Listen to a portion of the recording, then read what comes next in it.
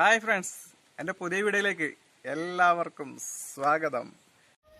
കാസർഗോഡുകാരുടെ special chicken വറവ്. കാസർഗോഡുകാർ മാത്രമേ ഞാൻ ഇതിങ്ങനെ ഉണ്ടാക്കുന്ന കണ്ടിട്ടുള്ളൂ. മറ്റുള്ള സ്ഥലത്തൊന്നും ഇങ്ങനെ തേങ്ങയിട്ട് ചിക്കൻ തേങ്ങ അരച്ച് വറുത്തരച്ച് വെക്കുന്നതല്ലാതെ ഇങ്ങനെ തേങ്ങ ചെരുകിയിട്ടിട്ട് ചിക്കൻ കറി വെക്കുന്നത് കാസർഗോഡുകാർ മാത്രമേ ഉള്ളൂ തോന്നി. കാസർഗോഡ് മറ്റുള്ളവർക്കും കഴിച്ചിട്ടൊന്നുമില്ല.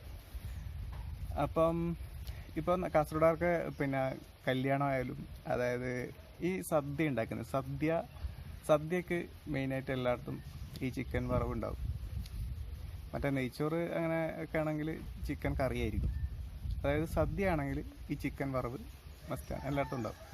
ഇവിടെ കാസർഗോഡുകാരൊക്കെ കല്യാണമായാലും മറ്റുള്ള തെയ്യം തറവാടുകളിൽ അങ്ങനെയുള്ള വിശേഷ ദിവസം എല്ലാം എന്ത് പരിപാടി ഉണ്ടാവും സദ്യ ആയിരിക്കും ഉണ്ടായാലും ചോറും കറി. ആ ചോറും കറിയിൽ ഒന്നിച്ച് ഈ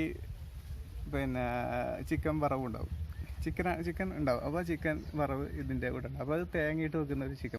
ഓണത്തിനും വിഷുവിനൊക്കെ കാസർഗോഡുകാർക്ക് സദ്യ ഉണ്ടാക്കുമ്പോൾ ചിക്കൻ മസ്റ്റാണ്. അപ്പം ഈ സദ്യ ഉണ്ടാക്കുമ്പോൾ മെയിനായിട്ട് അതിനകത്ത് ചിക്കൻ ഉണ്ടാവും. അത് ഈ ചിക്കൻ വറവായിരിക്കും ഉണ്ടാവില്ല. മിക്കവാറും ഈ തേങ്ങയിട്ടുള്ള ചിക്കൻ വറവാണ് എല്ലാവരും ഉണ്ടാക്കാറ്. അപ്പോൾ അതെങ്ങനെ ഉണ്ടാക്കുന്നതെന്ന് നമുക്കൊന്ന് നോക്കാം. നമുക്കത് ഉണ്ടാക്കി നോക്കാം. നേരെ അടുക്കളയിലേക്ക്. ഫ്രണ്ട്സ്, ഇപ്പം ഇതാ നമ്മളെ ചിക്കൻ എടുത്തിട്ടുണ്ട്. ഒരു കോഴിയാണ്, 2 കിലോൻ്റെ ഒരു കോഴി. സാധാരണ ചെറുങ്ങനെ പീസാക്കി ഉപ്പും മഞ്ഞളും കൂടെ പെരക്കി വെച്ചിട്ടുണ്ട് നമ്മൾ. ഒരു കോഴിയുടെ ഒരു 2-3 സവാള ചെറുതായിട്ട് അരിഞ്ഞെടുത്തിട്ടുണ്ട്. അതേപോലെ ഒരു 6-7 പച്ചമുളക് 6-7 പച്ചമുളകും കൂടെ അരിഞ്ഞ്, ഒരു കഷ്ണം ഇഞ്ചിയും ഒരു 10 അല്ലി വെളുത്തുള്ളിയും കൂടെ ചതച്ച് വെച്ചിട്ടുണ്ട്. നമുക്കിതിനകത്ത് ചേർക്കാം. തക്കാളി അരിഞ്ഞെടുത്തിട്ടുണ്ട്. അതിൻ്റെ കൂടെ നമ്മൾ അടുപ്പ് കത്തിച്ചിട്ട് ഒരു പാത്രം വെച്ചിട്ടുണ്ട്. ചട്ടി ചൂടായ ശേഷം ഒരു 50 മില്ലി എണ്ണ ഒഴിക്കുന്നുണ്ട്. നമ്മ കറിവേപ്പില ഇട്ട് സവാളയും പച്ചമുളകും കൂടെ ഇട്ട് നന്നായിട്ട് വഴറ്റിയെടുക്കാം. ഇഞ്ചിയും വെളുത്തുള്ളിയും കൂടെ ചേർത്ത് ഇളക്കാം. അപ്പോടെ തേങ്ങ ചെയ്തതാണ്. 1 മുറി തേങ്ങ വേണം. അപ്പോൾ ആ തേങ്ങ ചെരുക്കി എടുക്കുന്നുണ്ട്. നമുക്കിതിനകത്ത് മുളക് പൊടി കാശ്മീരി ചില്ലിയാണ്. 4 ടീസ്പൂൺ കാശ്മീരി ചില്ലി ഞാൻ ഇതിനകത്ത് ചേർത്തിട്ടുണ്ട്. അതുപോലെ തന്നെ മല്ലിപ്പൊടി 4 ടീസ്പൂൺ മല്ലിപ്പൊടി ഇതിനകത്ത് ചേർത്ത് നമുക്ക് ഈ എണ്ണയിൽ തന്നെ ഒന്ന് വഴറ്റി മൂപ്പിച്ചെടുക്കാം.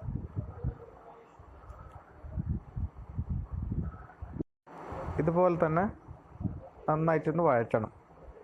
നന്നായി ഒരു ചെറിയ അതിൻ്റെ നിറം മാറുമ്പോൾ നമുക്ക് ചിക്കൻ ഇടാം. ചിക്കൻ ഇട്ട് ഇളക്കണം.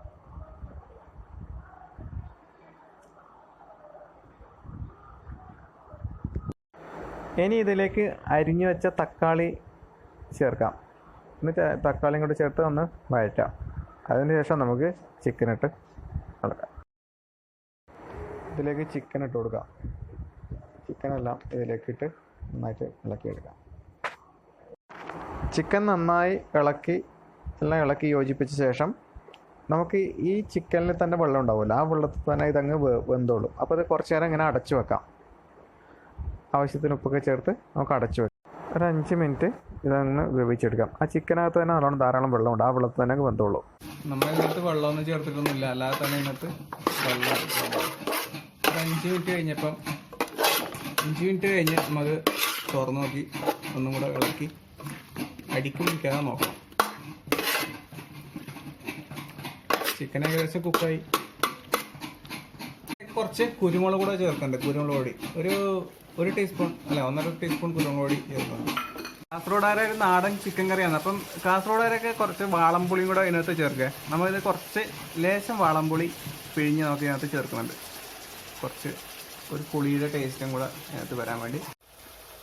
നാടൻ കോഴിയാണെങ്കിൽ ഇങ്ങനെ വെക്കുകയാണെങ്കിൽ കുറച്ച് വെള്ളമൊക്കെ ചേർത്ത് കഴിക്കണം കേട്ടോ. ഇതിപ്പം നമ്മൾ ബ്രോയിലർ കോഴിയാണ്, ഇതിനെ തന്നെ വെള്ളം ആവശ്യത്തിനുണ്ടായിരുന്നു. അപ്പം ചിലതിനൊക്കെ വെള്ളം കുറവായിരിക്കും. അപ്പോൾ കുറച്ച് വെള്ളം ചേർത്ത് കഴിക്കണം. ഇതിപ്പോൾ ആവശ്യത്തിന് തന്നെ വെള്ളം ഉണ്ടായി. വെള്ളം കൂടുതലായിട്ട് ഒഴിക്കേണ്ടതൊന്നും വന്നിട്ടില്ല. ഇതിലേക്കൊരു 2 സ്പൂൺ ചിക്കൻ മസാലയും കൂടെ ചേർത്ത് ഇളക്കുന്നുണ്ട്. ചിക്കൻ ഏകദേശം കുക്കായി വന്നിട്ടുണ്ട്. നമുക്ക് ഈ ചിരകി വെച്ച തേങ്ങ നമുക്കത് ചേർത്ത് ഇളക്കിയെടുക്കാം. ഇളക്കി നന്നായി യോജിപ്പിച്ച് ഒരു 2 മിനിറ്റ് കുക്ക് ചെയ്യണം. അതിനുശേഷം നമുക്ക് ഈ അടുപ്പത്തുനിന്ന് വാങ്ങാം. ഉപ്പൊക്കെ നോക്കണം, ഉപ്പ് ആവശ്യത്തിന് ചേർക്കണം, ഉപ്പ് നോക്കണം. പിന്നെ അതേപോലെ എരിവ് കൂടുതൽ വേണമെങ്കിൽ കുറച്ച് കുരുമുളക് കൂടുതൽ ചേർക്കാം, വേണ്ടാത്തവർ കുരുമുളക് കുറച്ച് കുറക്കാം. നമുക്ക് കുറച്ച് ഉപ്പ് നോക്കാം. ഉപ്പൊക്കെ പാകം, പുളി എല്ലാം നല്ല ടേസ്റ്റ് ആയിട്ട് കുറച്ചും കൂടെ ഒരു 2 മിനിറ്റും കൂടെ ഒന്ന് കുക്ക് ചെയ്തിട്ട് നമുക്കത് തീ ഓഫ് ചെയ്യാം.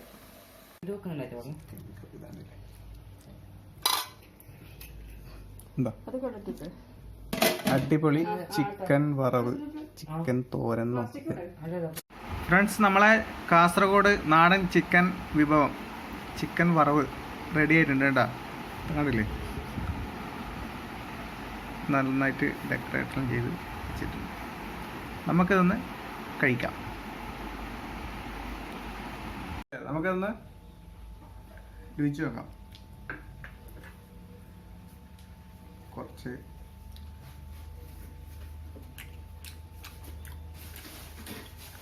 അടിപൊളി, സൂപ്പർ കേട്ടോ.